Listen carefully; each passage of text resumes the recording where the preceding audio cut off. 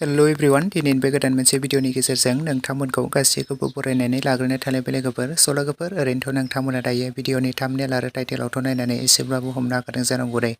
दिनैनि भिडिअआ मानि बागै जागोन लोगोफोर दायो आं नोंथांमोननि सेराव लानानै फैदों मोनसे गोदानै आबुं बर' सावथुननि सायाव आपडेट लानानै ओमफ्राय लोगोफोर नोंथांमोना बे आबुं बर' सावथुननि मुङा मा आरो बे बर' सावथुनाव सोर सोर गाहायै फाव खालामनाय नुनो मोन्दों बे बर' सावथुनखौ आबुङै मिथिनो थाखाय भिडिअखौ जोबजासे नायलांबाय थायोब्लानो जाबाय लोगोफोर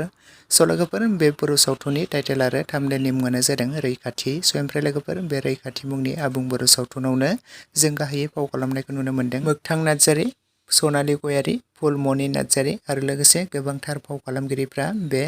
रैखाथि मुंनि आबुं बर' सावथुनाव फावखौ खालामदों लोगोफोर ओमफ्राय लोगोफोर आरो बे बर' सावथुननि स्ट'रि स्क्रिप्टखौ लिरदों सनालि गयारि, डिरेक्सन करिय'ग्राफखौ खालामदों निजोम बसुमतारी ओमफ्राय लोगोफोर नोंथांमोनाथ' बे रैखाथि मुंनि आबुं बर' सावथुननि ट्रेलार भिडिअखौ दा आगोलाव एज ए फिल्म प्रडाक्सन चेनेलाव गोबाङानो नायखाबायमोन आरो नुखाबायमोन जानांगौ दे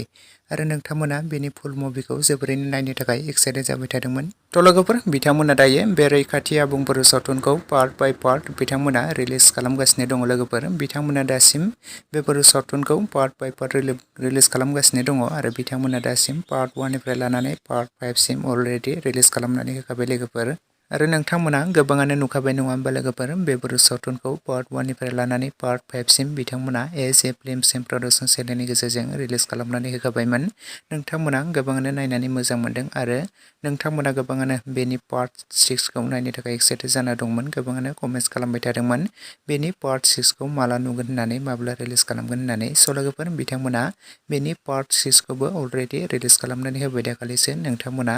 जुदि नायाखै बयबो थांनानै एज ए फिल्म प्रडाक्सन चेनेलाव बयबो थांनानै नायहैबानो जाबाय लोगोफोर आरो सोर सोर नोंथांमोना नायखो आरो नायनानै बेनि एपिसड 6 खौबो माबोरै मोनखो कमेन्ट सेक्सनाव लिरना फोरमायहरदो लोगोफोर आरो नोंथांमोना बे रैखाथि आबुं बर' सावथुननि पार्ट 7 खौ नायनो थाखाय जोबोरैनो एक्साइटेड जानानै दं नामा जुदि नोंथांमोना एक्साइटेड जानानै दङब्ला कमेन्ट सेक्सनाव लिरना फोरमायहरदो बेनि एपिसड 7 आबो थाबैनो रिलिज जागोन आरो थाबैनो बिथांमोना एज ए फिल्म प्रडाक्सन चेनेलावनो रिलिज खालामनानै होगोन नोंथांमोना बयबो नेनानै थाथ'लायब्लानो जाबाय लोगोफोर लोगोसेनो दासिमनि सर्ट आपडेट भिडिअ बेखिनियावनो भिडिअखौ जोबजासे नायनायनि थाखाय thank you for watching next video थाबैनो लोगो मोनफिनगोन लोगोफोर।